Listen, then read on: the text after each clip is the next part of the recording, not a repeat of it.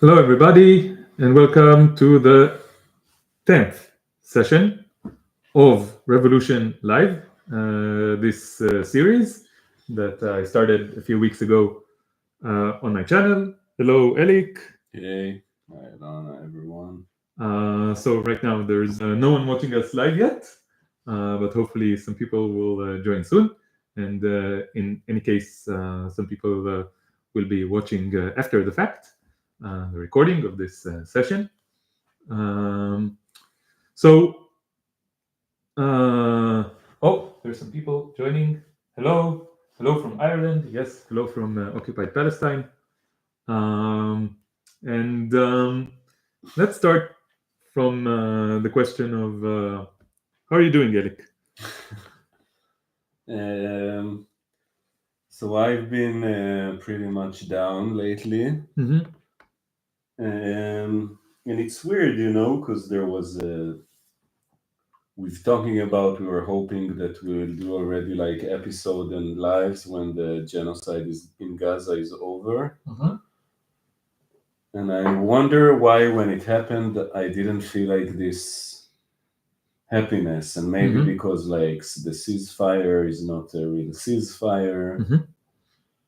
Maybe because it's still not even close to full liberation, and also maybe it doesn't have to do, maybe it's my own thing.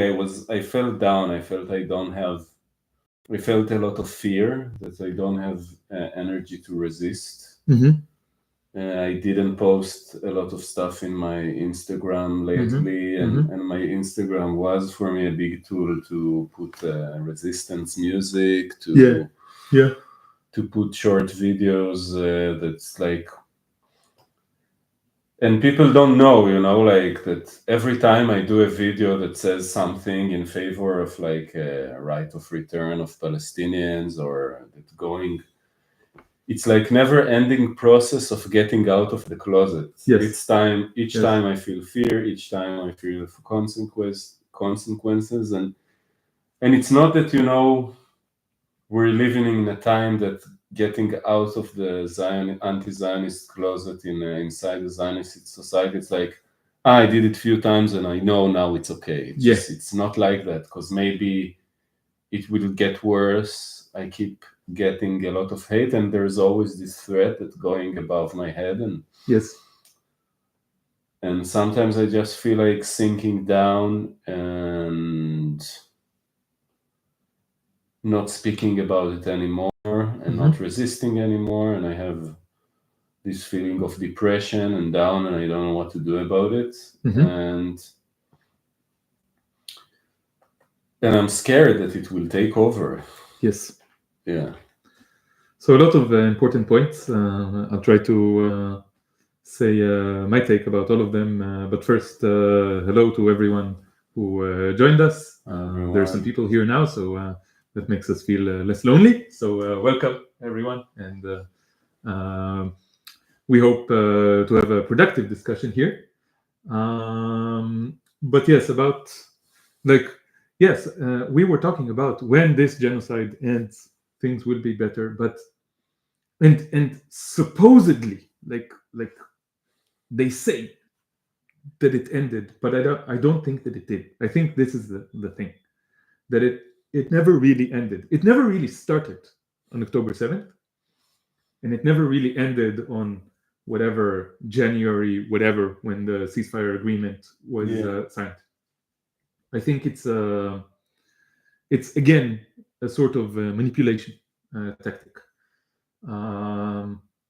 That's why they don't really want to make it more than a temporary ceasefire. It's just a thing that they realized was important for now, but it's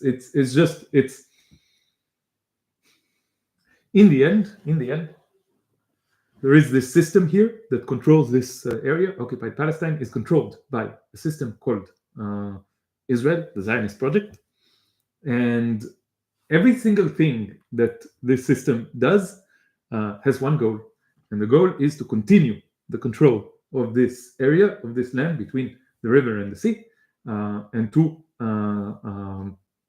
like if you think about it in geopolitical terms, it's just to extend the power of the West and the U.S. empire, specifically to project the power onto the Middle East, and all kinds of other goals which have nothing to do with the lives of people actually living here being better, and especially and particularly the lives of the indigenous Palestinian population. Yeah, and it's also have a goal to take much more land with less Palestinians on it. Like Yes. it's a genocidal project by definition. Yes. Not always it can achieve these genocidal goals, and I don't think it will be achieved like the ultimate goal of like completely exterminating the Palestinians. But we know it's not just like I think in South Africa, for example, it was more about exploitation. Yes. And here it's really to get rid of them in one way or another. Yeah. Yes. Yes. And we saw that very soon after the ceasefire agreement was signed, immediately Trump is the new and old U.S. president, Donald Trump. We are living in the stupidest timeline. Donald Trump is declaring his plan. Is it real? Is it fake? I don't know. But his plan to expel all, however many Palestinians live in Gaza currently, 1.8 million, 1.9 million. It's interesting that he's using numbers like, I don't know if this guy has any idea what he's talking about, but he said around 1.5 million Palestinians living in Gaza, and then people were like, "Oh, didn't there used to be 2.3 million Palestinians living in Gaza? What is the number now? And how many of them were expelled in the last 15, 16 months, and how many of them were killed in the last 15 or 16 months in this, concentrated genocide period?" So I think he's speaking out of his ass. I don't think he has any idea what the number of Palestinians living in Gaza currently is. I don't think it's a real plan, and it's really yes, and I don't think it's a real plan. But we have to say that once Trump said this, a lot of Israelis, and including Israelis who are supposed to be on the left, including Israelis who were or still are human rights activists, were very joyous to hear this plan. They were like, yes, if this can happen, then this will be amazing. We collected some examples for this, and we were thinking of even dedicating this live session to reading some examples of this, but we thought that there are more important subjects than exhibiting the insanity of Israeli society, because everybody knows already. Yeah, the Israeli fantasy that the Palestinians will just disappear one day. And this is a reflection of the goals of the Zionist project. Yeah, and it's also like, this childish thought of like this big president of the empire as a savior. Yes. He will come and he will take the Palestinians from us because he's big and he's strong. And the way I think about it is just they lost. They didn't defeat the resistance. Mm-hmm. So they try to do this small, like, the fact on the ground is that it's not possible because they lost. Yes. So I don't know what that means, and it's but it does show you this. It's exposed the racism, that the fact that, like, think about it. If somebody would talk like this about Israelis, like, yeah, let's just take relocate them willingly. Yeah, let's relocate all of them somewhere and bring other people instead of them. Like, yes. But I want to focus on 2 points that this exposes. One of them is so Israelis always say we replaced the diasporic Jewish mentality with a different mentality, the mentality of the Israeli, the Tzabal, the one who is connected to the land and who is hardworking and independent and so forth and so on.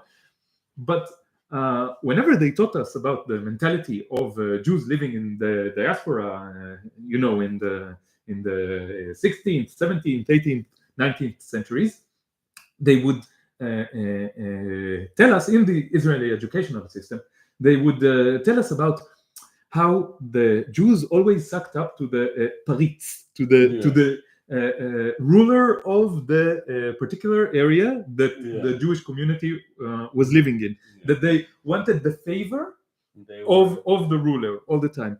And I think that this is just an extension of the same kind of mentality, to suck up to the current patron, and the current patron is the president of the United States, whoever that may be, in this case, Trump, and to say, oh, how wonderful, the current patron wants our favor, and he's for us, and we're so happy, and we trust him, and it's like Donald Trump is the representative of Jehovah on earth. It's almost like that, and I don't know. It's so pathetic. Yeah. It always seems so pathetic to me that people who are supposedly sophisticated, supposedly intelligent, they behave in these ways, that they want to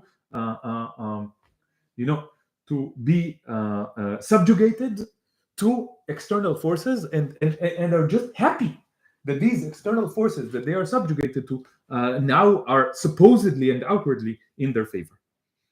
So this is one point. And the other point I already forgot. But I wanted to say about how, what is the position, the role of the ceasefire in the current situation. Yeah. And we just finished editing,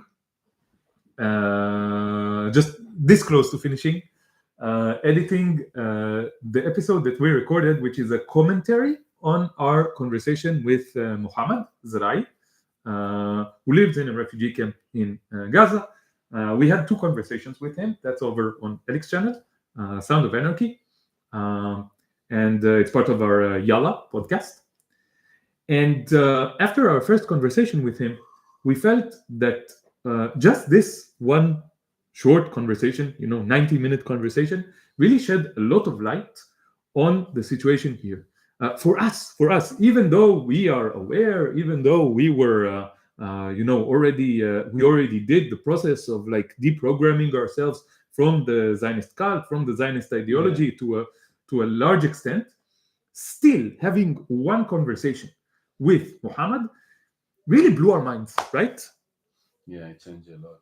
Yes, and it made us see the situation here in a radically different way. So we decided that we would record an episode where we watch our conversation with Muhammad and comment on this conversation.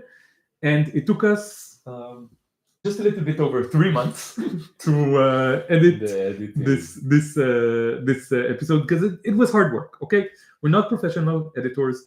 We don't have a lot of time, and we are going to talk about how we don't have a lot of energy either, for different reasons. And so it took us a long time to do it, but we finally finished editing it. It'll be up soon. Yes, hopefully. And I think, it took a lot of time, but I feel it's one of the good stuff, one of the best stuff we did. It's very good.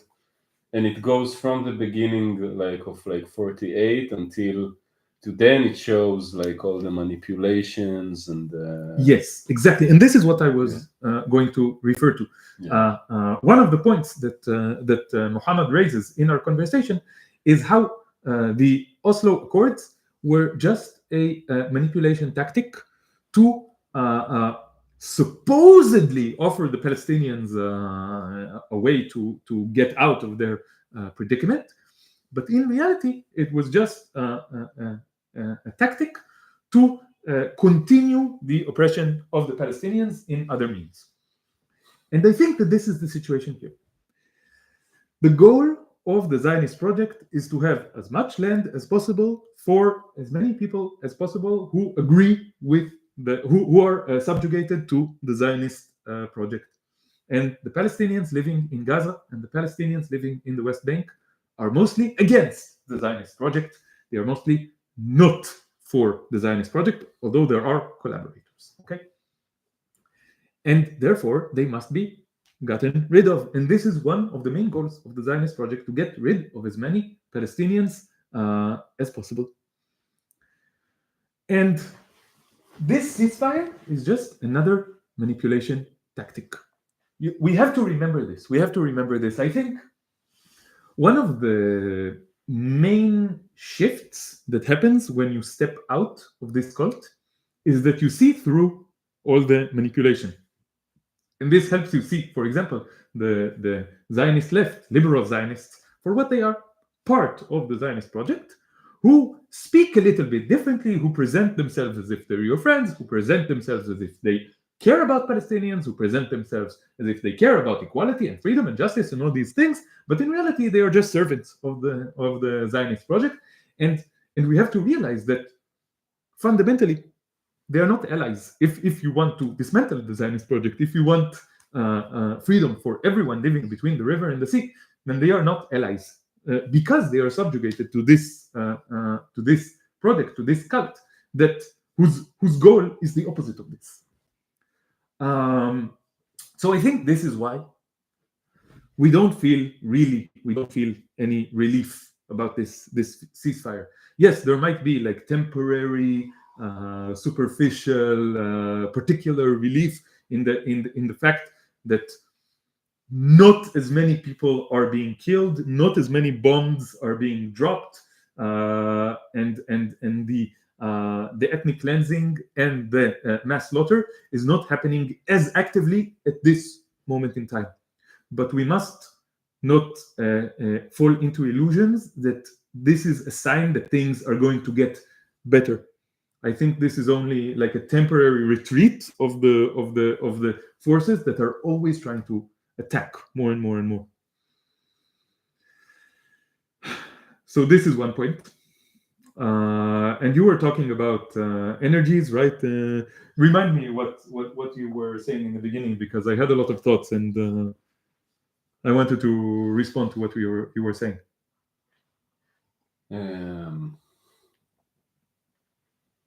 I have many thoughts. I just want to say something that came to my mind now. Yes.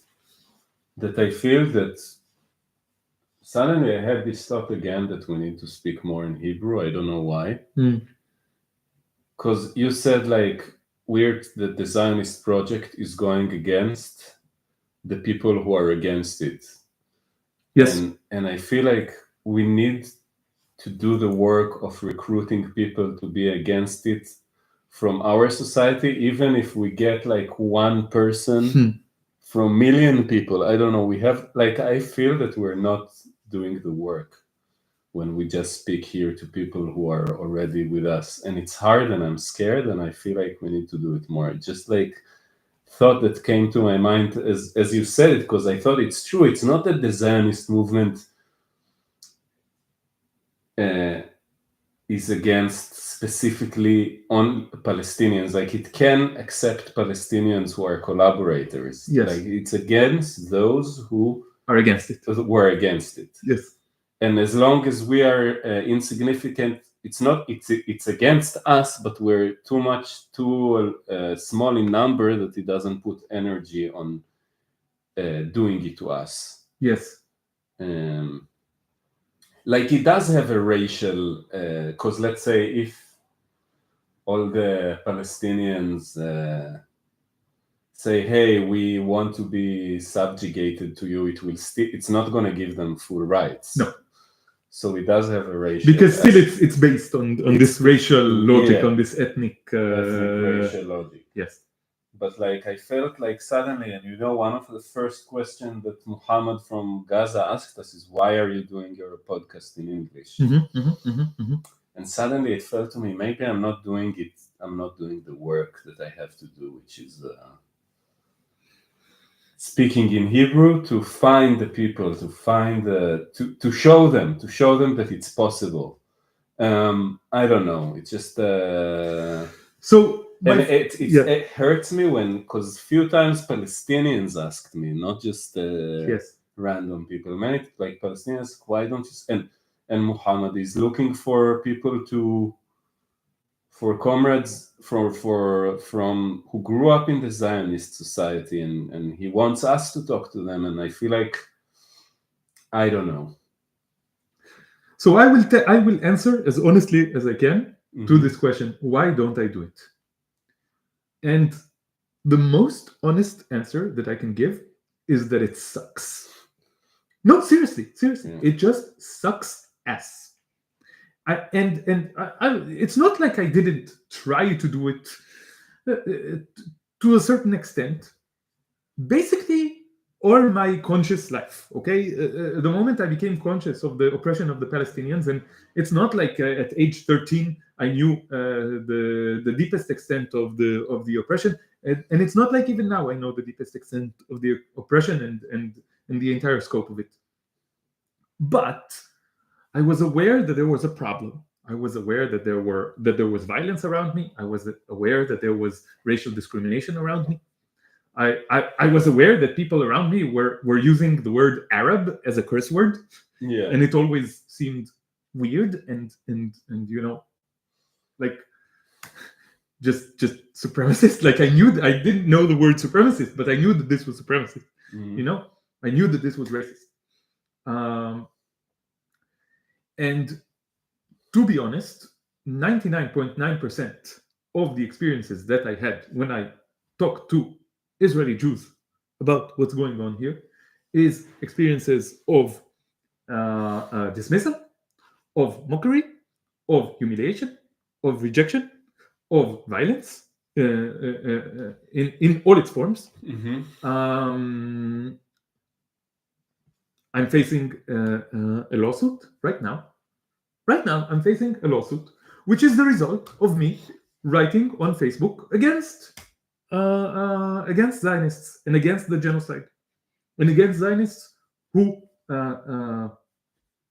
you see, no, I will not talk about it because it's against my interests now. Yeah, don't give more information. But the point is that when you do it, you get hurt. There is real danger here. It's less dangerous to speak in English to a non-Israeli audience, to a mainly non-Israeli audience. Yeah. It's less dangerous. It's less hurtful. Like you don't get hurt as much. And the moment that I start speaking to Israelis about this, I get all the backlash. Yeah. And the other side of it is that it almost never works at all. Yeah, but I think if we just produce material, we don't have to engage. Then we'll get shit comments, but the ones that will need to find us will find us. And there is power. I feel like, because I don't know what will happen. Yeah, I don't think the state of Israel and the Zionist project is sustainable. It's going to fall at some point. Yes. And maybe soon. I feel that it's gonna be sooner than what we expect. Like, I don't think people in South Africa thought the apartheid is going to fall a few years before it fell. I don't think people thought the Berlin Wall is going to collapse. Like, things, when they happen, people always are they're shocked. They're shocked. We won't be shocked. We won't be shocked when it falls. Yeah. And I think I want to be there to offer like the catcher in the rye. Like the one who catches everyone when they're about to fall. I want to offer them to say, look, we can still live here as equals. We don't need to offer a kind of a ladder to get off the Zionist, yes. Yeah, the Zionist tree. Yeah, and now they reject me, but they will need it at some point. And now we're building this ladder, and I feel like in order to build it, we need to produce material that talking about this in a way that says, look, it's not you, it's the ideas in your head, you know. Mhm. It's not who you are, it's not your flesh and your bones, it's not the Hebrew language that you grew up to speak, it's not your religion.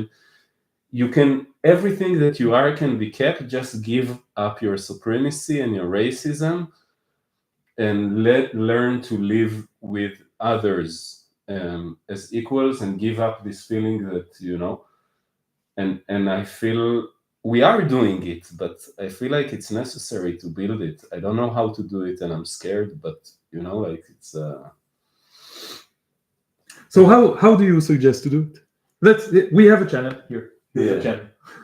We can start a new series right now, right? We can start a new video series. I Yeah. started this series, Revolution Live, just one night.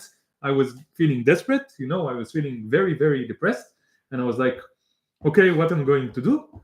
I'm going to start a series of lives where I speak in a very uncensored way, in a very raw way. And I did it, Yeah. you know, and it worked, it didn't work, whatever. But it's What do you suggest to already do? you put something. Yeah, and there's it's- something and it's- going on. Yeah, there's the engine works. Like you have Yes. to. What do you suggest? I'm really asking. I'm really asking. We are people in a very unique position, right? Right. We speak the Hebrew language. We know the Israeli culture. We know Israeli society, and we are one of the ones of the few who are not subjugated completely to this cult. Yeah. What do you suggest we do in our unique position?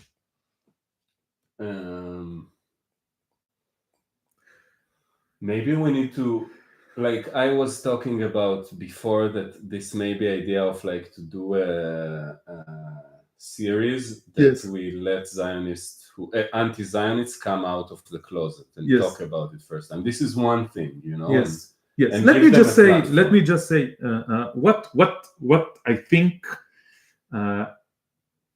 this helps with. Okay. Yeah.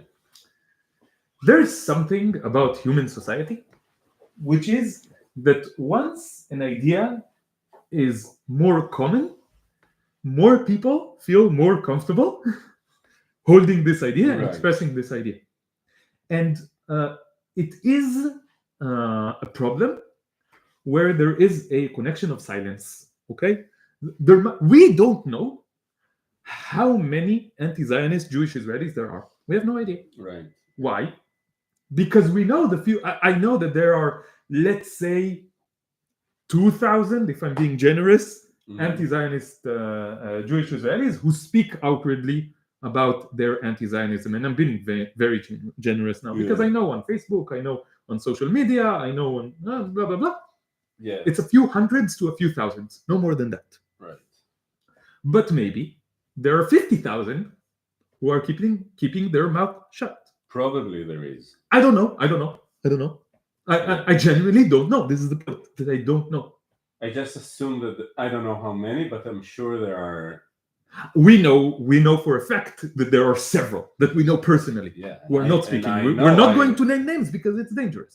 Right. And I feel just like, you know, it's not nice to get someone else out of the closet without his. No, you shouldn't do it. It's not an act of solidarity. Yeah, it's not an act of solidarity. But also, it's not an act of solidarity to keep your mouth shut in this situation. Right.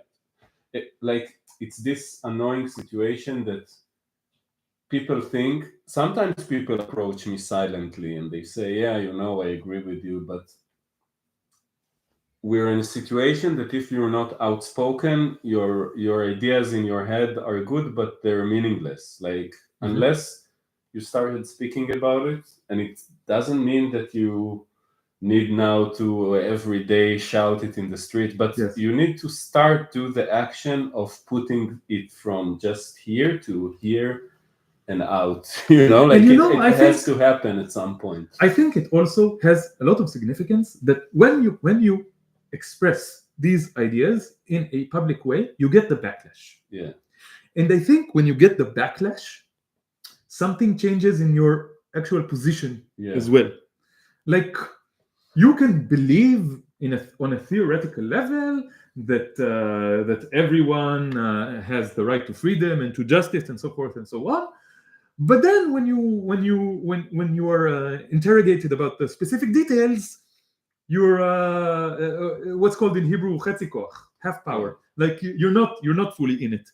But I think when you start speaking out and you get the backlash from the Zionist project, you understand more and more and more how violent, how oppressive the Zionist project is, and you find yourself being more against it. Yeah, like Sima told me that now you know what it means to be a minority, to be oppressed. Like she told me, you've never been in it all your life, but the moment you speak for Palestine, you get the backlash, and yes, like 2% of it, basically, and that's enough. Yeah, it's enough. It's enough to be completely against it. Sima is like a Palestinian friend, like, and I'm not saying that I'm getting any of the oppression that Palestinians get here, but in some level it puts you in a position towards society that you understand it more. Yes, and you understand how the system works to oppress because you experience it firsthand. There is nothing like firsthand experience.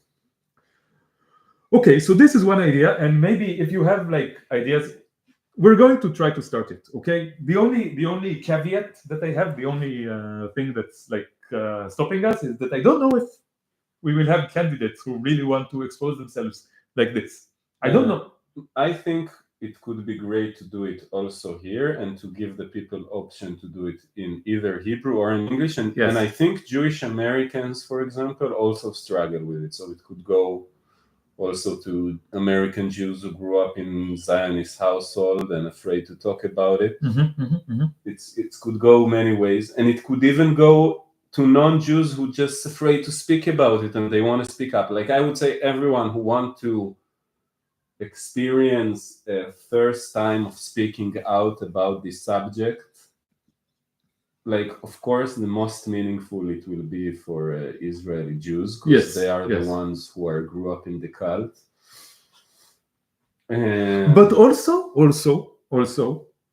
Palestinians living in 48 area, which is it's the most tricky, it's the most dangerous. Please consider it, seriously before you do it. But if you want to do it, if you are a Palestinian and have Israeli citizenship and are afraid to speak against Zionism in a direct way, but you feel like you want to do it and you're just looking for a platform or for an opportunity to do it, come, do it with us. Do you want to get some people who wrote some stuff? Yes, but I just want to say before this, so this is, consider this an official announcement of this new project that we want to start, which is like helping people step out of the anti-Zionist closet. So if you want to participate in this, if you feel like you're a good candidate for this, send us a message on Instagram, on email. We will write our details here. And we will start this series, and we will talk to you privately, and we will see how to do it publicly as well. And if you guys, we have like over 60 viewers now, and maybe, I don't know, 1,000 viewers after the fact. If you have ideas for like a name for this series, write it down now, and we will pick the best name, and the winner will get respect, okay? Because we don't have any money. If you read, I thought about it, people watch after, so try to read in a way that... Yes, I'm going to read some comments now, okay? So let's see. What channels, media outlets, people are you guys following? So we follow Bed Empanada. He's speaking out against Zionism very well. Unfortunately, in my opinion, he's not speaking out against other things like human supremacy. I think that's because he's part of human supremacy. But he's doing a very good job of deconstructing Zionist arguments and Zionist ideology and Western supremacist ideology in general. I listen to Electronic Intifada a lot. Sometimes I get into Israeli media just to see how things are presented. I started doing it lately. Yes. Just to get the taste of it, because I stopped doing it at a certain point in my life, and then I thought like I want to see how they are presenting stuff. Yes. Yeah. What else? I don't know. There are many pro-Palestinian channels that I Yes, on follow. Instagram, a lot of people. But to be honest, I don't feel like there's a lot of new information. Yeah. Like this is part of the problem that we feel like everything is like it's a loop. Yeah. Like we want to break out of this loop because it's like how many times can you deconstruct Zionist arguments? They're not even worthy of one deconstruction, and now we need to deconstruct them again and again and again and again and again. It's like on the face of them they are ridiculous. If you want to believe the ridiculous arguments, you will believe the ridiculous arguments. If you don't, then you won't. I don't know. Yeah, but sometimes I do want to know what are the current things that happening. I don't know. I listen to Owen Jones. I know Bed and Yes, Owen Jones. There's a beef between Owen Jones and Bed and Panada. Bed and Panada is saying that Owen Jones is actually a tool of Zionist propaganda. Yeah. And I don't know exactly what my opinion about this is. I don't know.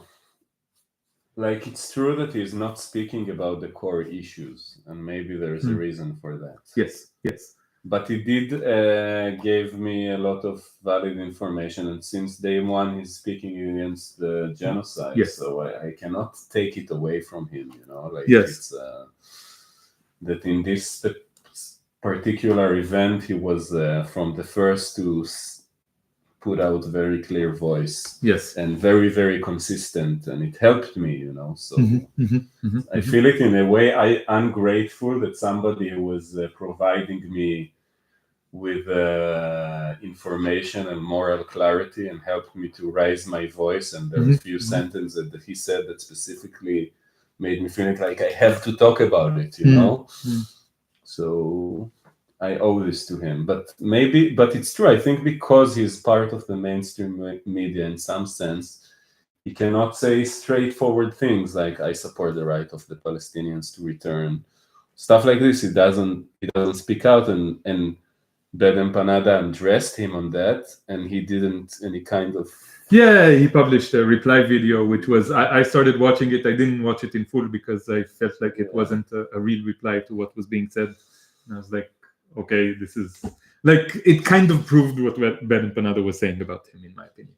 Yeah, and Ben Empanada's point that if you're connected to mainstream media, in some point there is some limit to the criticism that you can say about the establishment, and also like you can reverse the causal relationship, and maybe it's even more accurate that because you don't believe because you're not actually against Zionism per se, because you're not against the root cause, then the mainstream media will not only agree to you being part of it, but will actually want to have you as a part of it, as like a puppet, as like someone who presents the facade of having a lively debate about the issue, when the debate is only in the specific overtone window that's allowed, which is meant to disqualify anyone who's outside the overtone window, like us, for example. Greg Stoker is good. Greg Stoker, please show some examples of reactions of Zionists to the Trump proposal. Maybe we will show an example or two very soon. We will go over some comments, and we will read a post or two, and say like what kind of vibe there is. We wanted to do a special live that we share the screen, but it's not going to happen this time. So I have another. If we're talking about ideas for where we can take this channel, I have another idea that has been brewing in my mind for months now, which is like showing you what is going on in Israeli Facebook. Okay, Israeli social media in general, just Facebook is one of the more active ones. Okay. Yeah, and people don't see it so much because it's in Hebrew. Yeah, and people saw all the stuff soldiers were putting on in TikTok, but they didn't see like the Facebook is more the people who are more like intellectuals. They write their thoughts about the world Yes. in length. And sometimes. these people feel like they're different from those soldiers who take pictures of themselves, mocking Palestinian victims, wearing the Palestinian women's clothes, and so forth and so on. They feel as if those are extreme examples, and there's nothing, there's no relationship between them and them. But I think it's just a spectrum of like different ways that Zionism expresses itself in different kinds of subjects. Okay, like there are subjects who don't really care about sophistication or intellectualism or morality in the liberal sense, and then they will just do whatever they want. And then there are the ones who want to present themselves as if they are for human rights, for morality, blah blah blah blah blah, and then they will speak differently. But I think that the messages are very similar. So we will read you a couple of posts very soon that exemplify this. And my idea is to just start a live session and share my screen. We did an experiment where it's possible to do it on YouTube. I found a technical way to do it. To share the screen and to just go on Facebook and to translate posts from Hebrew to English, and to show you what's going on in Israeli Facebook. Yeah. And some of it is shocking. Okay, it will be shocking to you. It's not shocking to us anymore, or maybe it still is. I don't know. You're still shocked every time. But to our viewers, it might be I don't shocking. feel shocked, but it does make me feel sad in a way that Yes. so many. Yes. Because it's different when it's people that you like.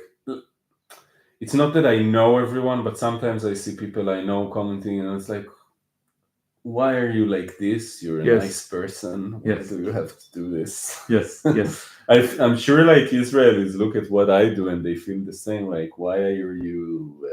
Yes, but they're wrong Why and are you're you- right. Huh? But they're wrong and you're right. Yeah, that's the difference. It's not symmetrical. It's not symmetrical. So I just know that that's how it's experienced. But, Yes. yeah. Yeah, but When you live here, sometimes it's confusing when you live among people who it's like, let's say you will live, you're staying in a room. If you will do a social experiment, okay? yes, And everyone pretending that they saw something that you didn't see, you will start asking yourself, yeah, maybe I'm wrong, yeah, maybe I'm right? wrong. That's how we work. So there are a few issues with this, and one issue is that I'm afraid of the backlash. Okay, like I don't know if it's correct ethically and also tactically to show posts that people write on my YouTube channel. Like, on its face, what's the problem? Yeah, they posted it publicly. What's the problem? They shouldn't be embarrassed about Yeah. it. But still, there's like something about public shaming. I don't know.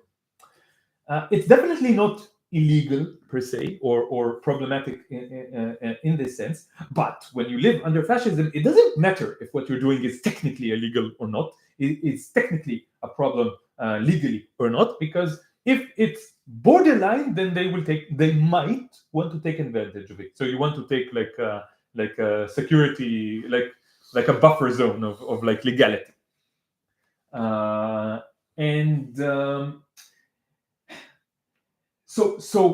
So I don't know if I want to do it. So maybe I want to take like the posts and translate them and just show you the translation. But then it's like more difficult to go over the comments, blah blah blah. It adds another level of complication, and it just becomes harder. So I don't know. I've been throwing this idea around in my own head. There are like issues that are both technical and ethical, let's call them. But again, this is another idea. So tell me what you think about it. Okay, let's read some more comments.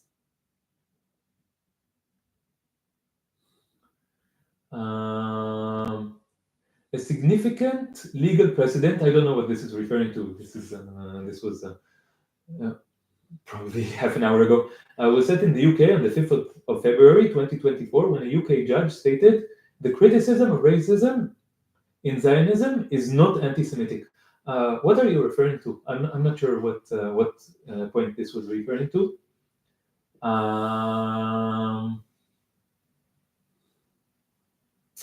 Let's see. Okay, so Alon from Standing Together has shared some of his many death threats. That man has a spine of iron. You two do too. Thank you for the compliment, but I must say that I disagree with the statement that Alon Negrin of Standing Together has any sort of spine. I'm sorry. I think this guy is a manipulative liberal Zionist. And we discussed this character a few times in our podcast. Elik, I think you're still more ambivalent towards him, right? I don't know. Yeah,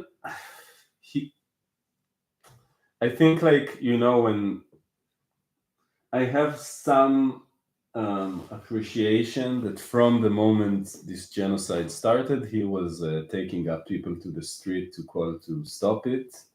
Okay. And he was talking about the people in Gaza, and when it was atmosphere that it was feel that it's very dangerous. And I guess it does have some, maybe it does have some spine, but yeah, I think ideologically speaking, in many senses, part of the problem. Yeah. Yes, I don't think he's you. an ally. I don't think he's a real ally to the Palestinian cause.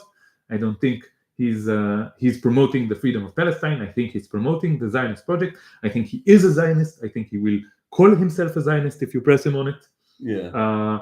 He is for the two-state solution or the two-state manipulation.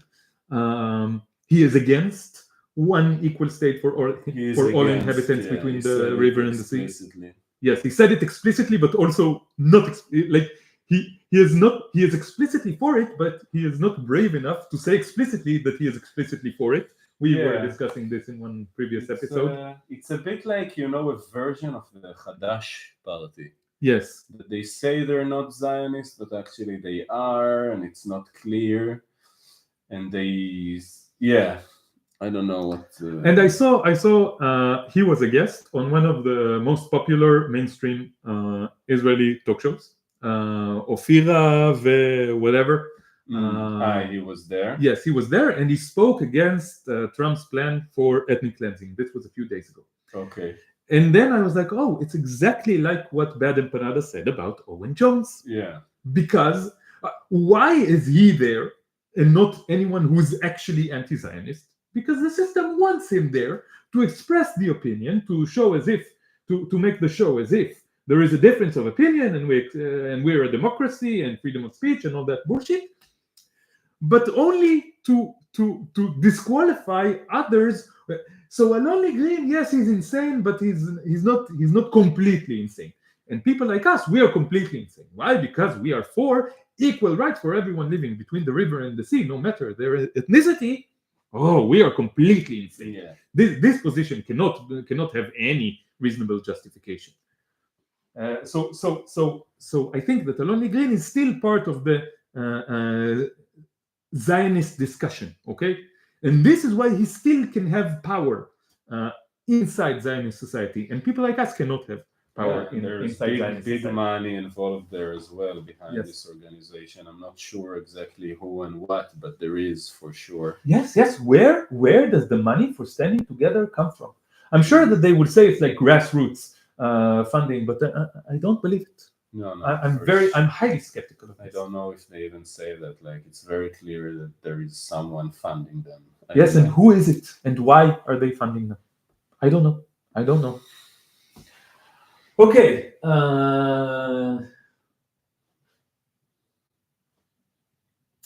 Contemplating Palestine is heartbreaking, but I keep finding hope in two things: the West is in decline, and the goldness of millions who oppose Israel.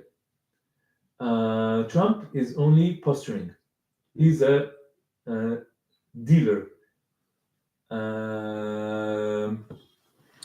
So the decline of the West is indeed a good sign, but the question is, what will replace it, right? Yeah. So I think this is an important point that related to the subject of what we want to talk about, right?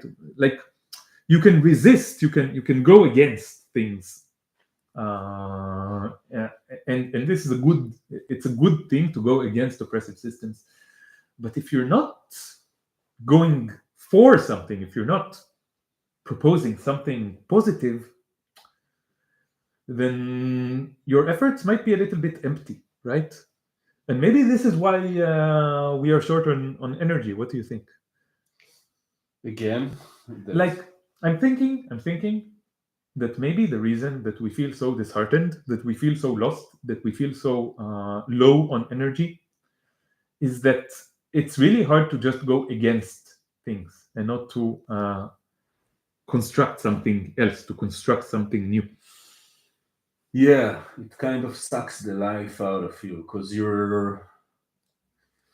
it's like also okay, we're fighting oppression, but why? What are we fighting it for? Yes. Like we want to. And I feel like, many people want the bad guys to lose, but they don't think about deeply enough about the situation that made these bad guys in power. And then it's like, okay, so the Nazis fell. It's good that the Nazis fell, but then the Zionist project arose and did something similar elsewhere, because the thoughts, the way of like the disease that in people not in mind that allowing this, that is still there. People are still believe in authority, they believe in money, they believe in separation. In separation, they don't know how to collaborate effectively. So when there's a wave of fascism, they have to stand against it alone, and then many people in the situation that, okay, why should I resist? Because if I just do it by myself, it's not going to work. Like there is not meaningful tools to cooperate against oppressive systems. So it feels like kind of, okay, like it's important to fight Zionism, but Zionism will end. Okay, it's important to fight, it's important to collaborate, and I will continue to fight against it until I die. But until it falls. Until it falls. And then you will fight against other oppressive systems. But I want to, my aim is that we'll create a world that genocide is not a possibility, not to stop one particular genocide, And even more than that, we want to create a world where people are free to make things, right? To create things, to live out their dreams, right? It's more than that. It's more than just let's stop the genocide. Yeah. We want. What are we doing it for? And Elik and I are both creative people in some sense, right? Yeah. You create music. I am a teacher of math. I was on my way to a career in math. Okay. Yeah. And we have a lot of creative ideas, which are I find them quashed again and again and again by this oppressive system, because we find ourselves fighting Nazis all the time, all kinds of different kinds of Nazis. And this is another thing that we were speaking about earlier today, right? That we want to kind of combine our political activism against the oppressive systems with a sort of more creative endeavor. And I don't know how to do it exactly. It's very complicated. But I've had a dream for years now to have a YouTube channel where I teach about math. And when you see me teaching math, you will see a different side of me. Okay, it's a different aspect of my existence. It's related, of course. It's the same kind of personality, but I'm different. Yeah, I remember this time we've been in this cafe with this cute group of Ethiopian guys, and you just got all of them into you because you started speaking about math, and it's like you have a lot of charisma and power when you talk about this, and then we were really disappointed that all of them are probably Zionists. Yeah, but they were really cute, and I feel like, you know, if you show Zionists that, like, look, I'm happy, I'm free, and I'm still against those systems, like subconsciously they feel like, maybe I can also release it too. Maybe Yes. it's a possibility for me, and I will be more free and more joyful.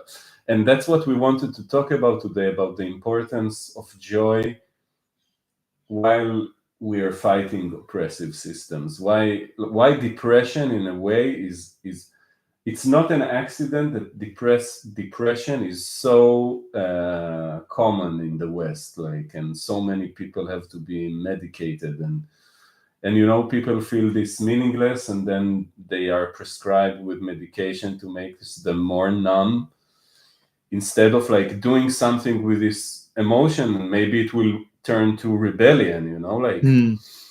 And like the people who are supposed to help you to do something with your negative emotions, instead of like help you transfer them into something that can be threatening to the systems, prescribe you with medication to Yes. make you cooperative with the Yes. system, or make you, oh, how do we make you become normal so you can go to work and forget about the genocide and forget about everything. Because I feel depression, it has both sides. Like when people tell me I'm depressed, like sometimes I'm telling, yeah, the world is fucked up, you should be depressed, you're not. Yes. But on the other hand, they don't take it and transfer it to a healthy rebellion. And then it's like, oh, I need to function, I'm depressed, so I take a pill and I go back to function. And this is the modes that human beings, or you're always in this like tension between wanting to be productive, and sinking into this depression, and you try to pull yourself out, like forcefully out of this depression, instead of, like you said, maybe the correct route is to like go into this depression, see what it is made of, and see that this depression is a result of the oppressive system that's sucking the life out of you, that's trying to kill you. Because when you are alive, you might be radical, you might be rebellious, you might go against the system. So the system wants you to be depressed.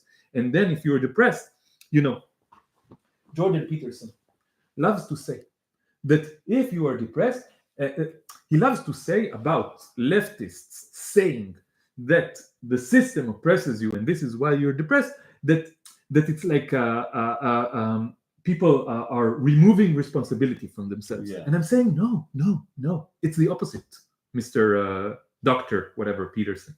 Okay, because the thing is that once you realize your depression is connected to the way that the system is oppressive, then many things happen.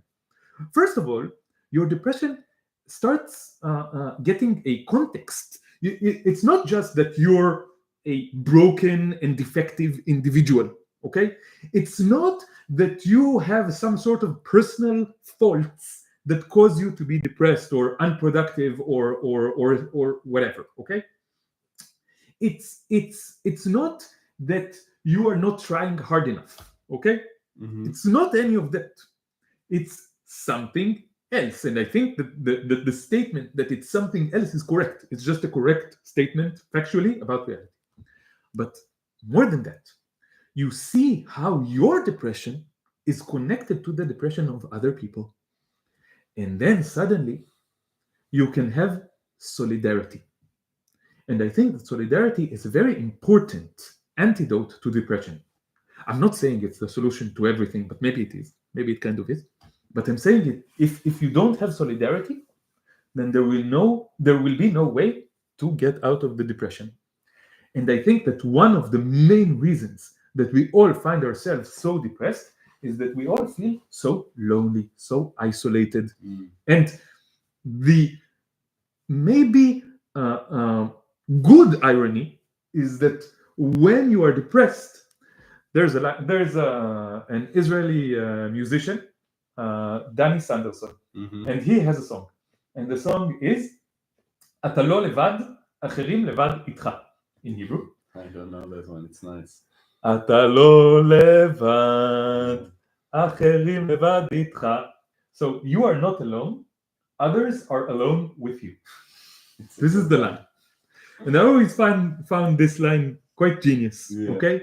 Yeah. So if you find out that others are lonely as well, you can ironically connect with others on the basis of this loneliness, on the basis of your depression, on the basis of your fear. Right. Maybe this is something that connects us. I used, before I came to started being political, I was writing a lot of personal posts on my Facebook, and a lot of time I wrote stuff about addiction, about depression, because I felt like people always just try to show their successful parts, their shining parts, and I was like, fuck it, I want to write that I'm trying to get off weed. I want to write that I'm feeling secure socially and I don't know how to cope. And many people wrote to me like always, like, oh, finally somebody is talking about it. Finally somebody is showing. And I kind of missed that, because now I'm writing basically against Zionism and against, but these things are... It's connected. It's connected. Yes, I think you were trying to avoid being political, but ironically you were being political. Yeah. Like in some sense, this was very radical. This was very revolutionary in some sense. But maybe because you were trying to avoid it, then it came out not. It wasn't exactly what was needed. Maybe if you connected to fighting against the oppressive system, maybe it becomes deeper. Maybe it becomes richer. This kind of approach. But and the other way around. But also someone who's super Zionist, if I write a post that say I feel I don't know what to do with myself in social situation, he will connect to it too, because many people feel like this inside. Maybe even most of people feel like this inside. Yes. And many like I feel that we have something in common with everybody, and we need to remember this. Even people who we fight, even people who we hate.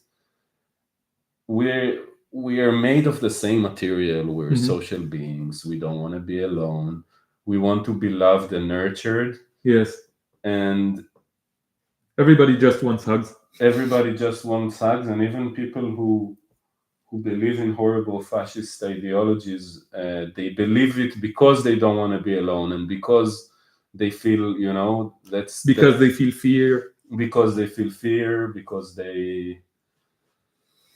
I feel like we're on the verge of something all the time in this conversation. Yeah, what is it? Let's continue. Let's continue. Relax and continue. Yeah. Do you guys believe in the one-state solution?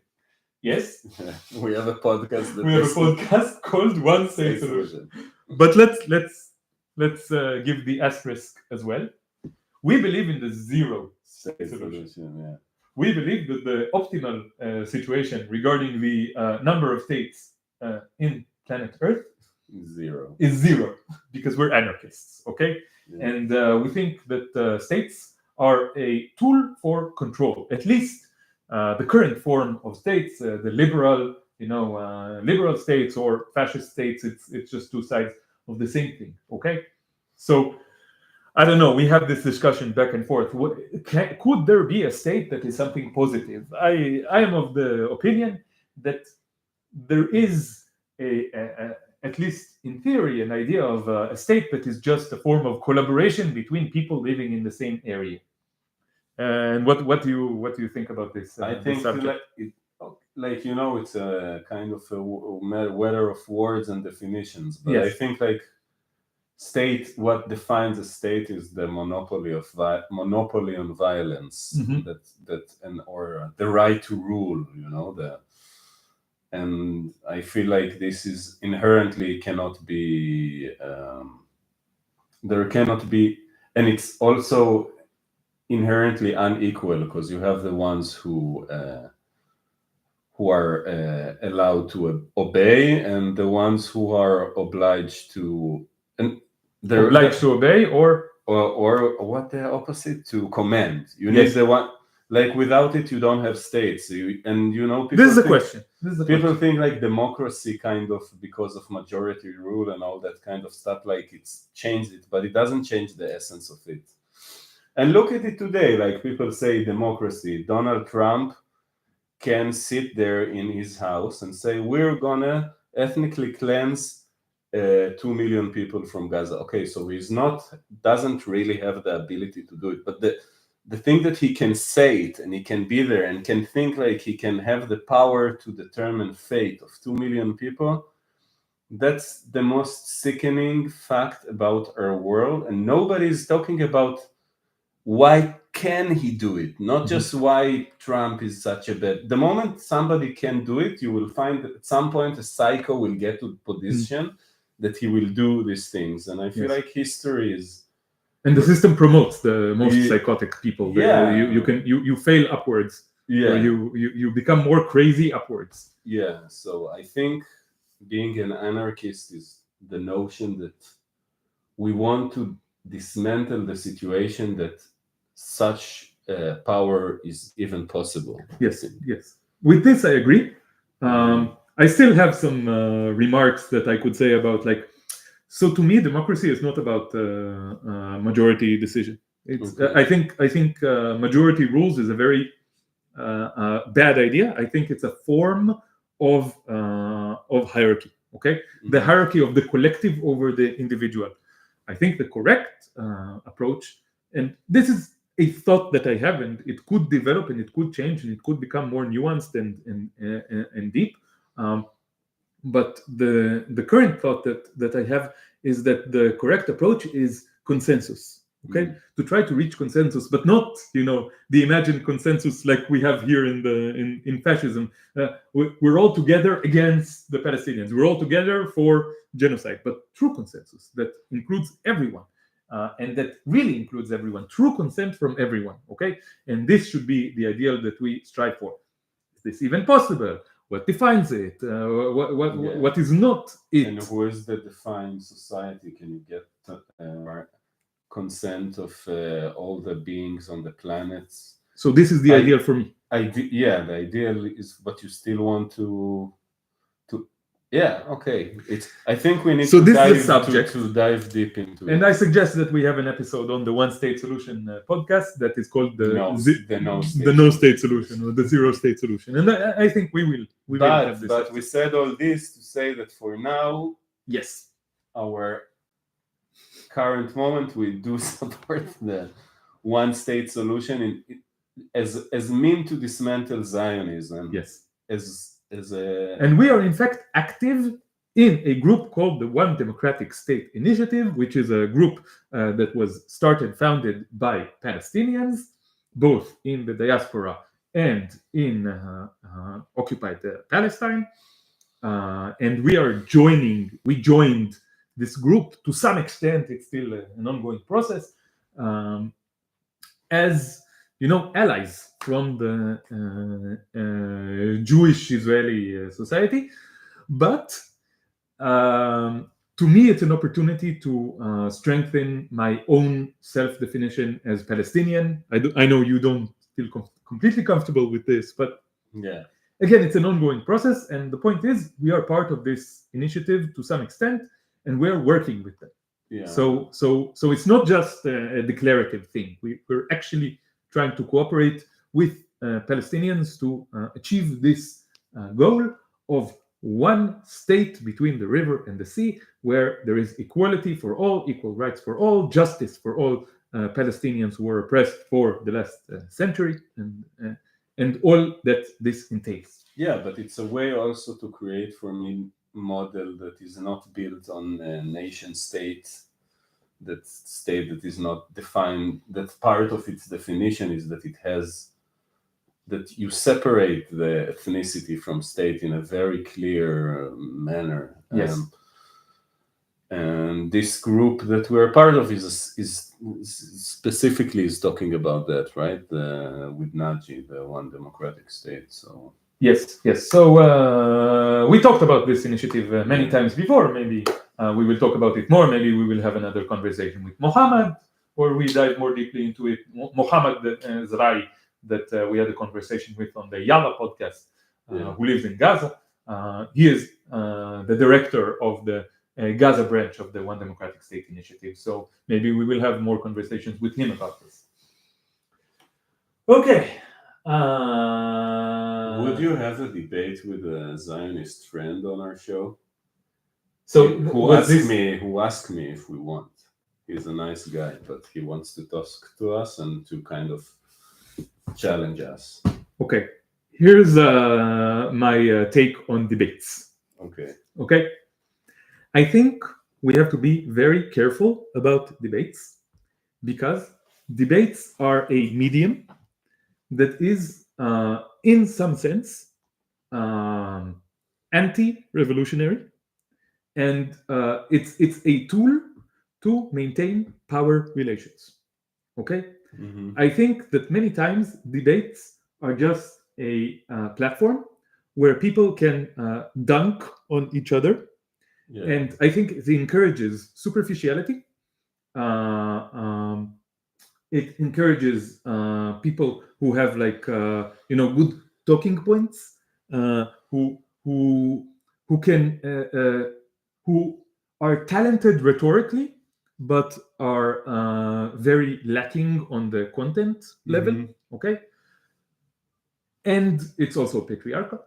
There's something very Yeah, it's masculine. about dominance. Yes, yes. But what if it's a friend and we're not gonna debate, but he does hold liberal Zionist views. He's a two-statist, and he wants to talk to us and kind of do a back and forth, not in a way of dunking on each other, but So, again, I would be careful, okay? okay. Because there is something about the liberal Zionist position that encourages sophistry, and sophistry in its worst form, okay? There's like, you find yourself engaging in empty intellectual, supposedly intellectual, or maybe genuinely intellectual, but in the most vacuous of senses, okay?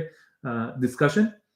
And it's many times like we were talking about how weird it is that the vast majority of discussions that we had about the Palestinian problem are between us and other Jewish Israelis.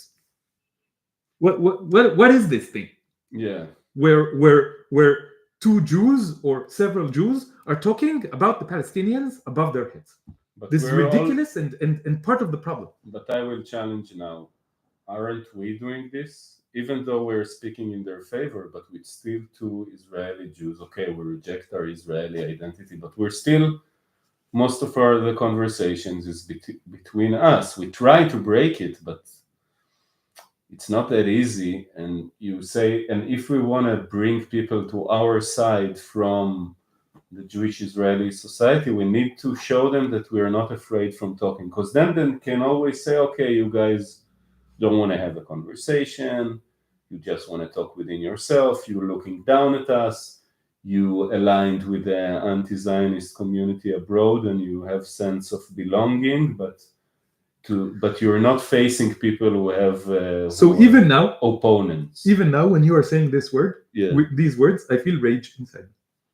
I feel rage. I feel confusion. I feel upset. I want to stop this. Yeah. Okay, and this is what I want to talk about, to mention here, that growing up in Zionist society in the Zionist cult is something that is an eternal trauma that you cannot really heal from, not fully. Okay, and it is my experience that whenever I have a discussion with anyone who is still part of this cult, they will use any tactic of manipulation, intellectual, emotional manipulation, rhetorical manipulation, to activate parts inside me that are sensitive and still uh, um, are have been damaged by this trauma and are still reacting to this trauma. Yeah. So it doesn't mean that I can get over myself, so to speak, and to do it anyway. But Yeah. I know that I'm afraid, and I know that it's. No. I don't think it means that there's a problem with me if I'm afraid to speak to Zionists, because I know that anyone who is a survivor of any cult has a full right to not want to engage with the members of this cult. Yeah. I think it's dangerous to engage with members of cults that you are leaving, that you left, that you are trying to leave. And so I don't know. But still, I think that this merits some thought. Okay, it's not a completely bad idea.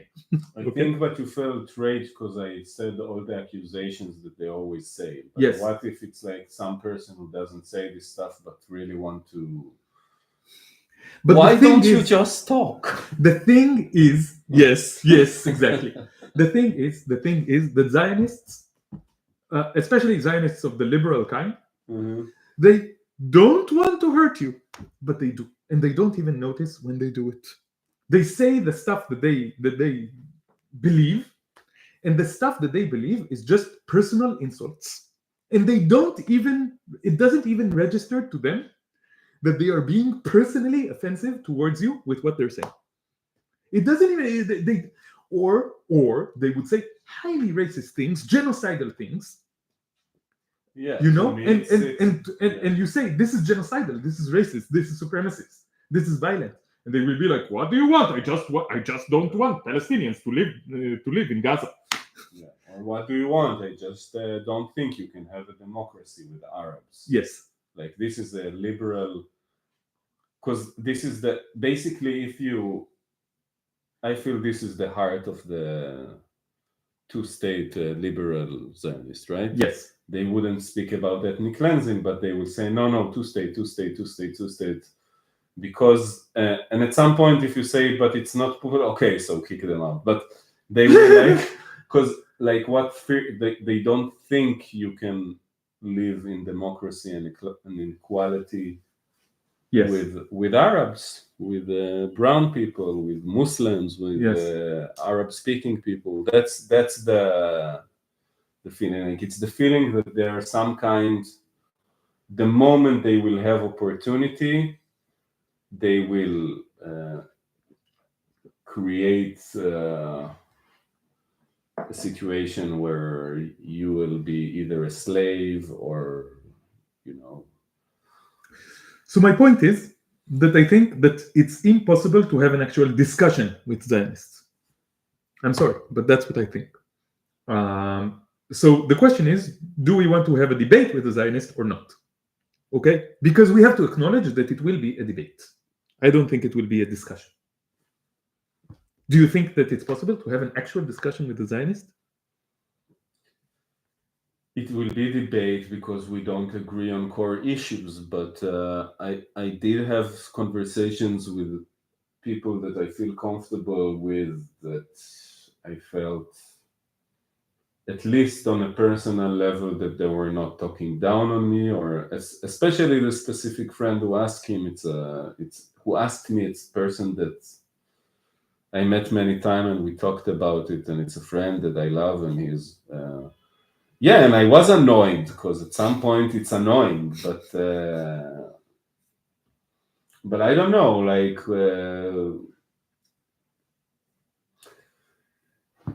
some people will say that debating Zionists at this point is like debating is immoral act, because you're actually debating if it's okay to kill. It's actually debating, I don't know what is it. It's debating whether some people deserve the right to live or die and to prosper. Yeah. Like it's they will try to say that this is not a discussion, but they will say, but we have, but basically this is the factual application. Let's again open this question to our audience. Do you think that we should also debate Zionists, the nicest of Zionists? Okay, think about the nicest Zionists that you know. Okay, should we debate them? That's another question. Okay. Okay, so Elik is checking his sugar levels, and I'm going to try to answer some questions. The only debate and discussion you should have is with Palestinians. So we have discussions with Palestinians. We have had many discussions with Palestinians on this channel, on Elik's channels, on Elik's channel. Usually we agree, so it's not a debate. And we agree on the vast majority of points with Palestinians. Maybe it's boring in this. Not all of the Palestinians, I guess. But, no need to listen to the oppressor's side. There is no justification for rape, plunder, and exploitation. I agree with the last sentence completely. How do you make a whole society go to therapy? Yes, about Zionist society and also about the entire human society. I feel like all of human society should have collective therapy together. Yeah, it seems like the prevailing majority thinks that we should not debate with Zionists. It is futile to try that. Better to connect with the world outside and be safe for you because you are precious to the world. Oh, thank you. To us, your safety and well-being matters.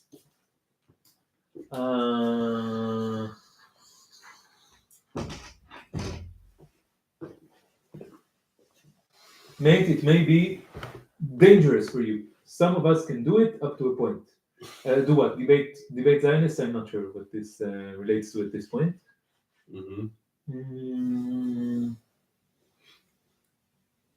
Okay, here's another opinion. Activism is advocating your views, not just holding them. Discussing with others is a mitzvah.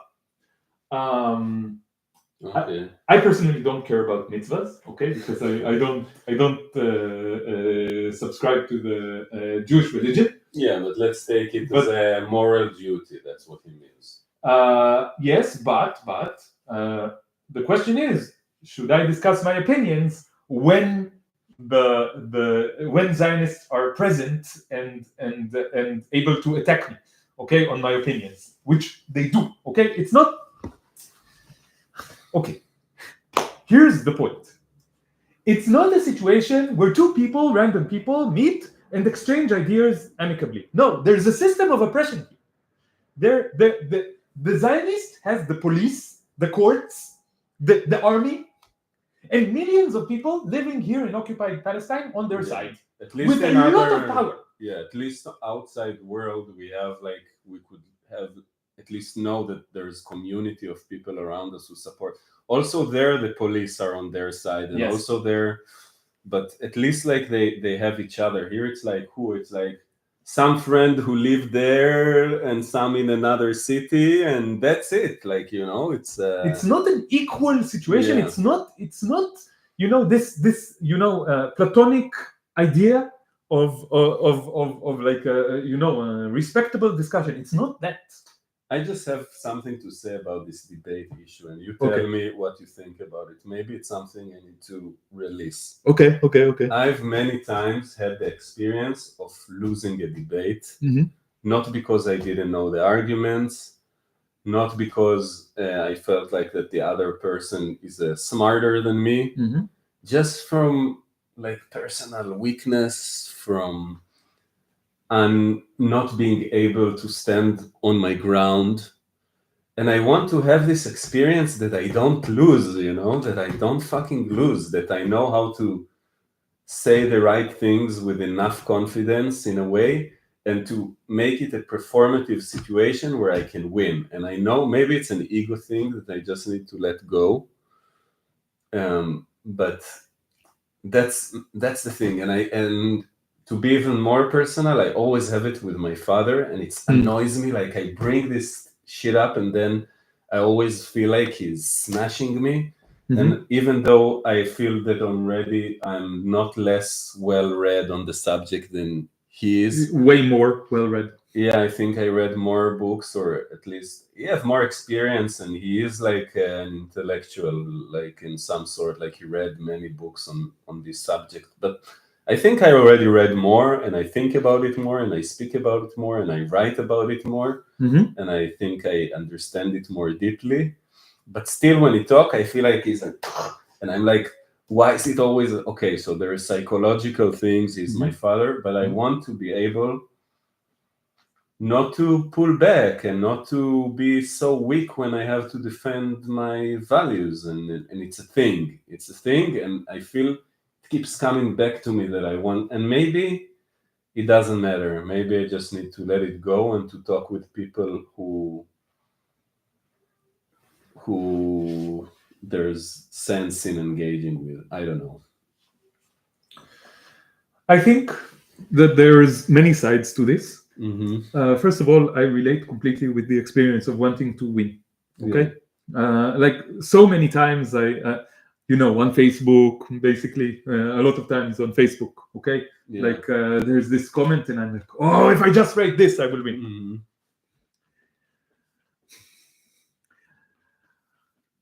But I think it's You don't win usually. yeah, no, you cannot. I think it doesn't exist. This winning, it doesn't exist. But sometimes you see a debate and you're like, he nailed it, Yes, okay. Yes, okay. Like But somehow Norman Finkelstein is good in it. And it's not that he's the smartest person in the world, but he has this ability to find the right facts and stand on his ground and, And do you think that the fact that Norman Finkelstein won a debate makes any difference in the world? I don't know. I'm genuinely asking. I think he did succeed in changing some people's minds. I know that I saw a lot of debates. I don't know, not specifically with Norman Finkelstein, but I saw a lot of debates where I thought that the side that supports what I believe in won completely, annihilated the other side. And then I saw comments because it was a channel that's like controlled by the other side, and all of the comments are like, "You destroyed him," like the opposite of what I thought. Yeah.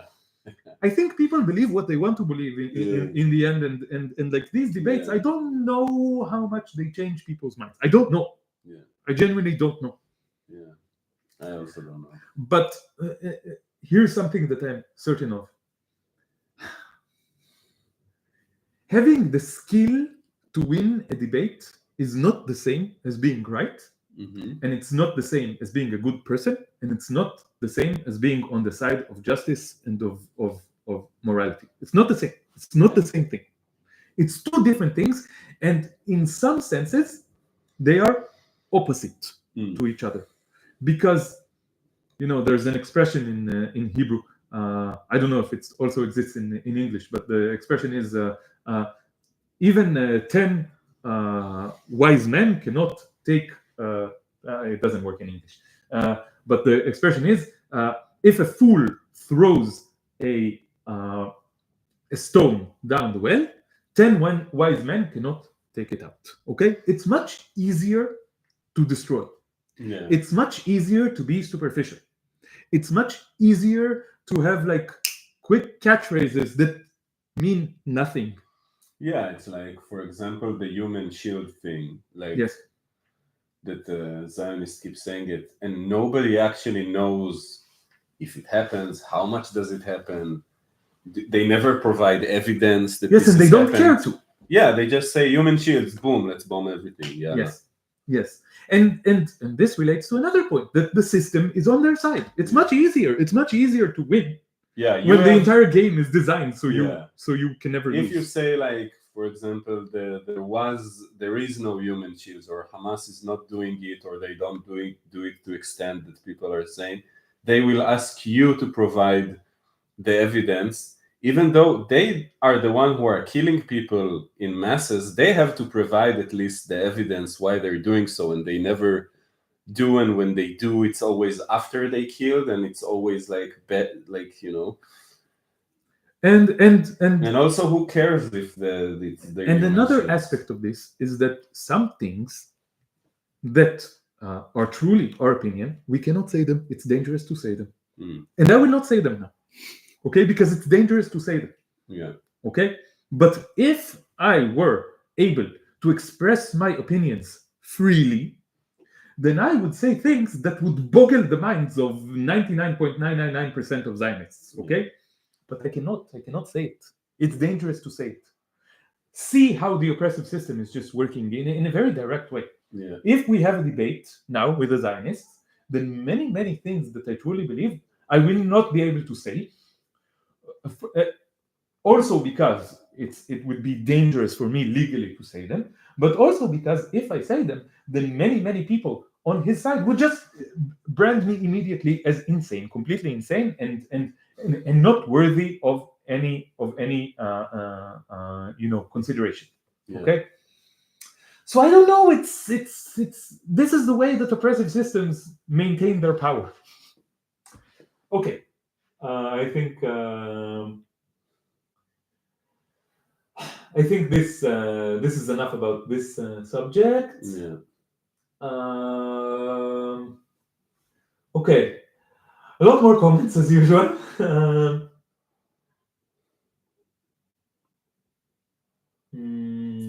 Let's see.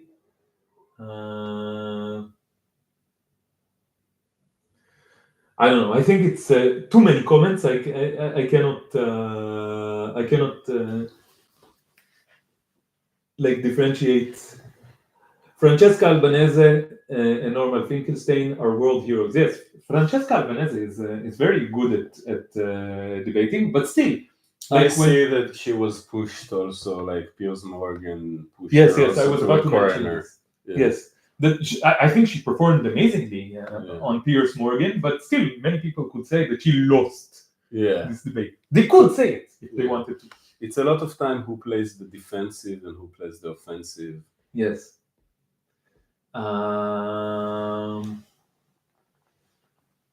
Funny, the proverb with the 10 wise men and the fool also exists in Persian. Okay, can you write down what it sounds like in but Persian? I want to say someone wrote here, Norman Finkelstein changed this guy, change rich for, but this was from his books, not in a debate. Okay. He read his books. That's really different, from when Norman Finkelstein write the book is way different than the debate. I just want to say this.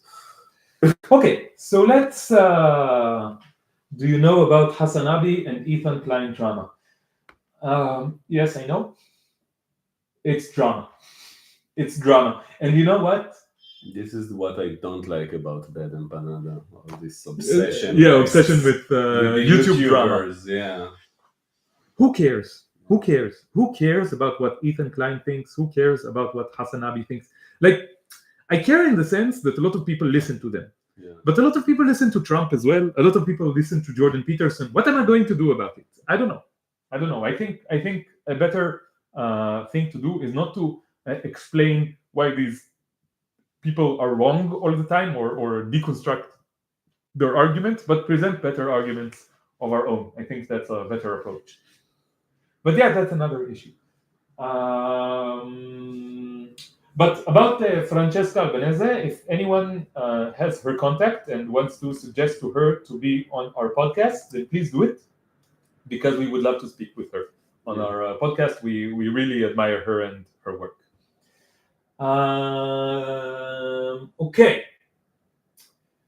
Okay, let's go back to the original subject that we were going to speak about, which is we touched on it many times, but this depression, how to get out of this depression and what we want to do. And I want to start with an idea that we were throwing around. And this idea, do you still have energy to continue? Just yawning. Yeah, that's not too much, but I want us to talk about it. So let's present, and maybe we'll do another time when we do specifically on that. But yes. So you have this persona of what would you call it, like performance, like resistance performance. You want to talk about this a little bit, about the direction that you want to take this to, maybe like ideas for how this can express itself. I feel that part of because now we're talking and I'm kind of in my own character mode that is a bit like, chill and relax. But when I perform, I become something else. I can become like a trickster. I feel I have, the stage give me some power that I don't have. Yes, and just holding the viola. The music gives me power. And from the music, I can get into some theatrical mode that is not just music, and I can use it, and I have also some comical sense that sometimes works for me. Yes. And a few days ago, I did something performance, and I really made the audience laugh.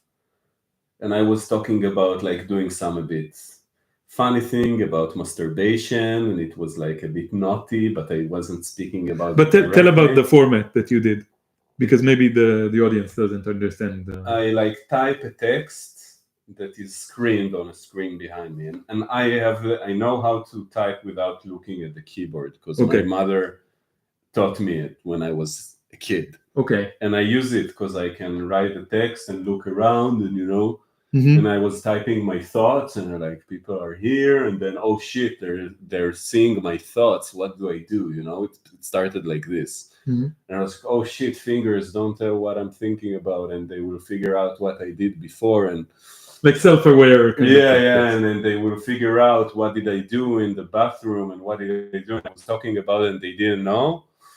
And then, like I said, at the end, at some point, I said, like, I was wrote about them that they're murderers, and then suddenly everyone was quiet, and it was like, and I thought like, and I made them laugh a lot before, and then they were embarrassed, and I thought like, I have a tool here, of humor, and then putting something. But let me ask you this.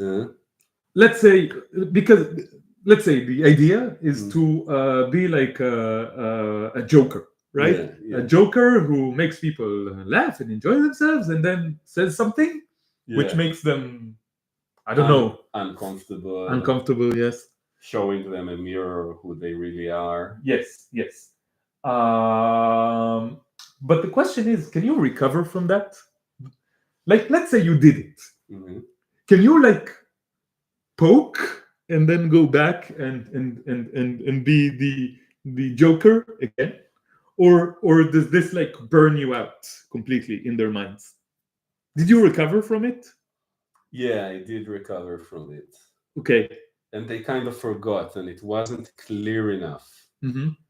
And I wonder, how do I work with it? Yeah, because I think if you do it too explicit, so you can't recover. But maybe as an artist, if you can't recover, so you go out of the way, and you give the message. But if you succeed, like, it's something to play with. But I like this archetype, of the clown who says the truth, and in times where it's dangerous to say the truth, and yeah, the archetype is like the Joker speaking to the king, and speaking to power, right? So it's kind of like the same kind of and the king can tolerate him because he loves the clown. He entertains him. He doesn't want to let go of the clown, and the clown is a good clown. That's the kind of. I wonder if it's a tool that can be used. I don't know.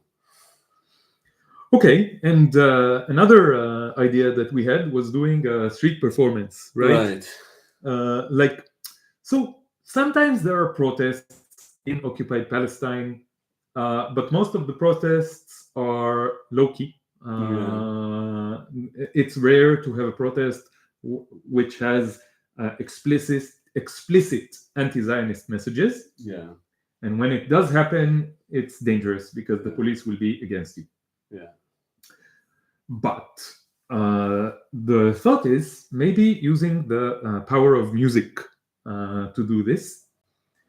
And the thing that we were thinking about is collecting, like, let's say 10, 20 people who stand in a circle around Elik, or maybe Elik and another musician or two.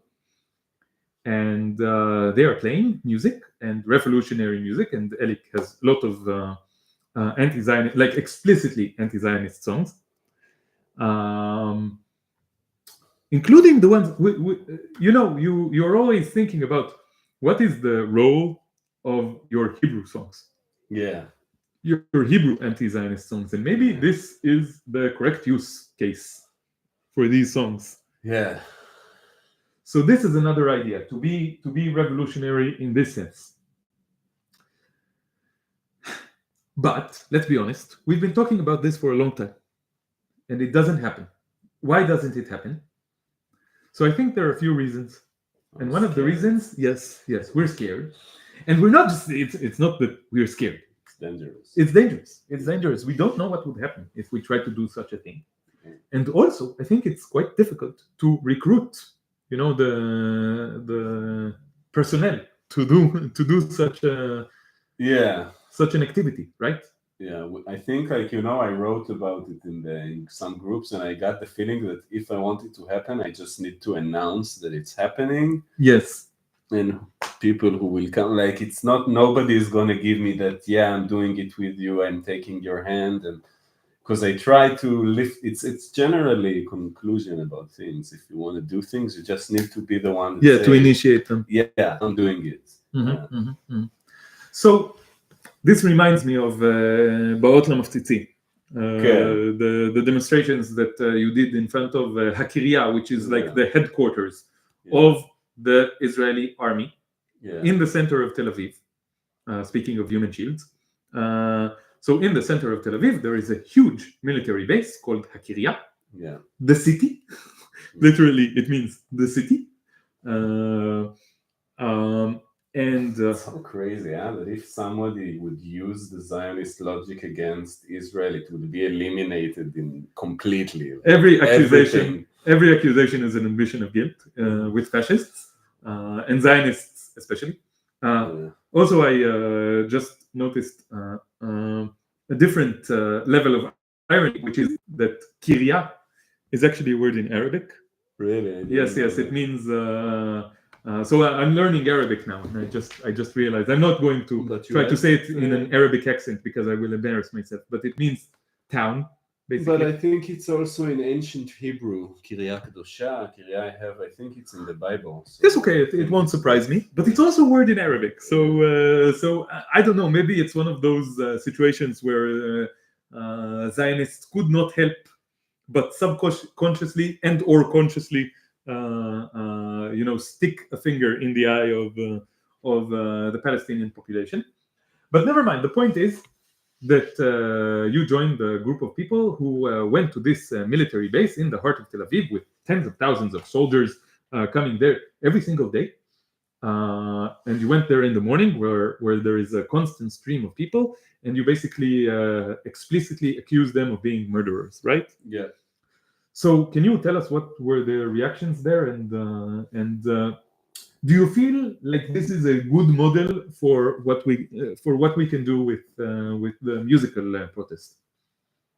It could be. I felt it one of the only demonstration that I felt like, in a way, especially the first ones, that did something. And I don't know what we did, but it felt like we're doing something meaningful. I don't know why. Because I felt like it hit them by surprise. And it was, and it also, like, I thought about, like, historically speaking, like, while a genocide happening, to go and confront the soldiers who go and on one hand, it's not the soldiers who go to Gaza and kill people, but it's the ones that maybe They participate in it actively. Yeah. There's no denying. Yeah, they do. Maybe they're part in deciding the targets of who's going to be killed. Yes. They're part of They develop the AI systems and so forth and so on.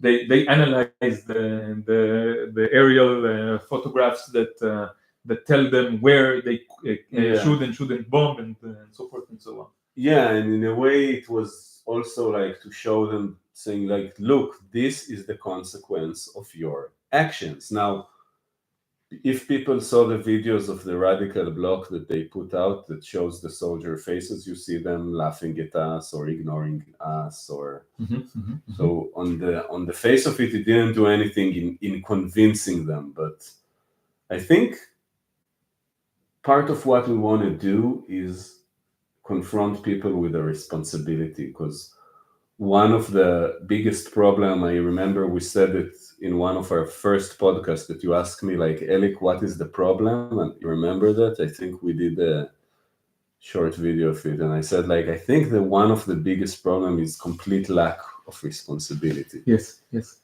So it was, I felt like that their statement, but I'm not sure it's the model for what we want to do with music, because the music is kind of less in your face. Like you do something that people like, it attracts them. Like yes, that's it's like a push-pull kind of thing, right? It's more a push-pull. I want people to get curious from the music and then put the message out. But yes, I'm thinking now maybe the format should be that you play music that is abstract, like just music, no words, and then you pull the crowd in, and then you finish and they applaud, and then you start a song. Yeah. Or just you play, and then you start speaking. Yeah. With the music, and you start it in a way that's not explicit, but then it becomes more and more and more and more explicit. And also, like, there's something really frustrating about demonstrations. Like, why not to do it in something that is more uplifting for our spirits, Yes. Instead of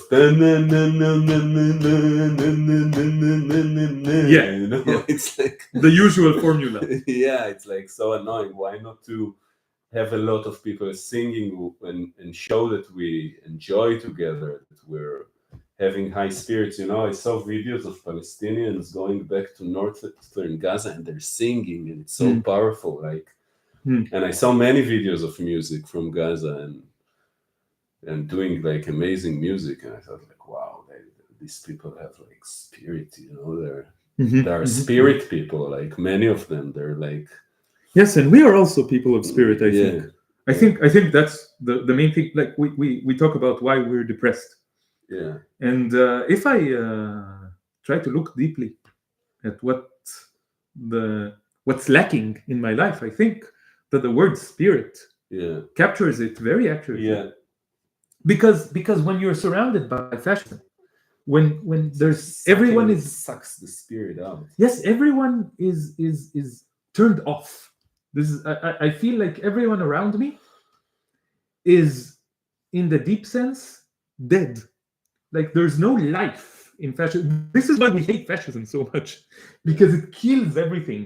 Like everyone is like physically, superficially living, but deeply, no, they're dead. Yeah. And I think this is why we hate fascism so much. And I think like this is the main reason. And I think that this is the main reason that, like when I look at myself, this is the main reason that I'm depressed. And maybe one of the big conclusions that I'm taking out of this conversation after 1 hour and 47 minutes, but I don't know, it's still time well spent. Yeah. Is that the thing that I want and have to do is to rekindle this fire. Yeah.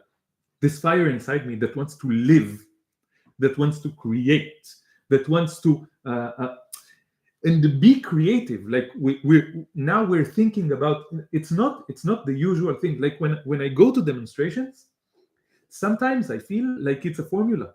Yeah. There's like this thing that happens in demonstrations. Just the usual. It's like, in some sense, we feel like it's part of the system. Yeah. Right? It's just another part of the system, and we're playing along with some kind of game. And we want to break that game as much as possible, because only when you break it, then there's a crack and you can look outside, and then you can breathe. Yeah. And then you can live, and then you can actually be free.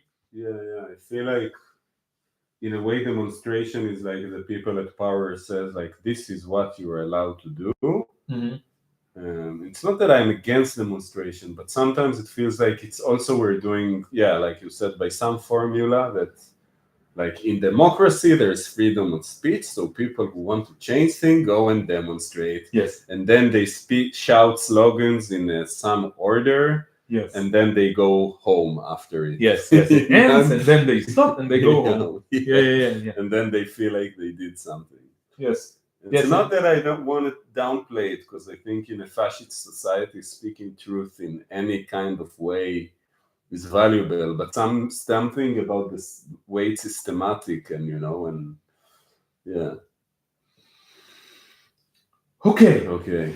So, I think I'm tired. To quote Leonard Cohen, cracks are where the light gets in. Yes, exactly. So we're trying to find all the cracks in the system, in the the wall that the system builds. And we're going to continue. And I must say that this session gave me some more energy, Yeah. and I want to do more of this. And I want to not just speak about these ideas, but actually carry them out, even though it might be scary, even though it might be dangerous, even though it might be a lot of work. Yeah. I think sometimes I think, what is freedom? What is freedom? What do we want to get free from? So there's many, like, freedom from oppression, from occupation, from statism, from slavery, but I want to be free from my fear, that's like, Yeah. and then it will bring freedom for these oppressive systems for generations to come. But what I can do now is get over my fears, kind of. Yes. Yes. Okay, so let's go back to. I will just say the announcements that we have, just so people know. So we finished editing, or almost finished editing the commentary episode on our conversation with Muhammad. We think that this is a very interesting discussion that kind of deconstructs the arguments of Zionism by using just the point of view of a Palestinian refugee living in Gaza, okay, and experiencing the oppression of Zionism. So this will be up hopefully tonight or tomorrow, very, very soon, on my channel, on the Hebrew Canaanite channel. There's another episode that's been waiting to be uploaded for a long time, a conversation that we had with a Palestinian friend living in the US called Sima. We mentioned her in this conversation, and we're going to finish editing that very soon, and this will be on Elik's channel, Sound of Anarchy, as part of the Yawa podcast. And please watch the episode that we did with Manar, our Syrian friend, who is now living in Germany because he was part of the Syrian revolution of 2011. And in 2013, he had to escape from Syria. And we had a discussion with him around what the developments, the recent developments in Syria. And by the way, his father was born in Jaffa, and so he is part Palestinian. So we were talking about this, about issues of identity, about the Levant in general, and our vision for the Levant and what's going on here in the Levant. So please watch this episode again on the Yalla podcast on Elik's channel, Sound of Anarchy. Any other announcements that we want to make? So we said about, like, this idea of Zionists who want to come out of the closet. So Yes, if you want to yes. talk to anti-Zionists, they said Zionists. Yes. No, Zionists don't need to come out of the closet in this part of the world. Yeah, we let's say we want to bring a reality that Zionists will have to come out of the closet because they will be ashamed to admit. I don't know, just kidding. Anyway, yeah, if you know anti-Zionists who wants to come out of the closet, yes, please or if approach you are us. an anti-Zionist who wants to come out of the closet and wants to use our platform to do it, then you are welcome. And יפתח, I think I talked, he said, תזכיר לי את הקשר לאלבנזי. מגניב, יפתח, נדבר. כן, מגניב. תודה רבה, יפתח. תודה. Yes, תודה means thank you in Hebrew. And if you have ideas for a name for this series, that would be cool. Tell us your opinion about this idea for, showing you what's going on in Israeli Facebook. Again, if you have an idea for a name for this series, please write it. It would be cool. What else? Thank you, everyone. Yeah, send positive energy. You can always give us ideas. We always need help in, like, editing stuff, right? Like, this is always an issue. Yes. Even, like, if you saw one of our videos and you saw a moment that could be a good short video, and, like, because I feel this is part of the things that we don't get the message out there because it's very long, and sometimes people need, Yes, okay. So maybe we'll do another live session where we just tell you what kind of help we need, what kind of things would help us promote our channels and our ideas. And one last question: how is the couple who had a baby? I hope they're well. They're talking about Elik and Dan. Yeah. Yes, their baby is fine, but they are very, very busy. Yeah, so it's kind of the cooperation with them is on hold, but we Yes. hope that we will resume it soon, right? Yes, we had a lot of plans to cooperate with them. We did a live session where we were speaking about this, but then the baby came, and there were a lot of things around this, and so it's difficult for them. And we hope that very soon they can, get back on track, and we can get our collaborations back on track. But we cannot promise anything because it's raising a child is very demanding, as many of our viewers know, and others can imagine. Yeah. And we can only imagine. Okay, but we kind of experienced it secondhand now. But yes, hopefully, we can get this collaboration back on track. So we will send them regards from our viewers.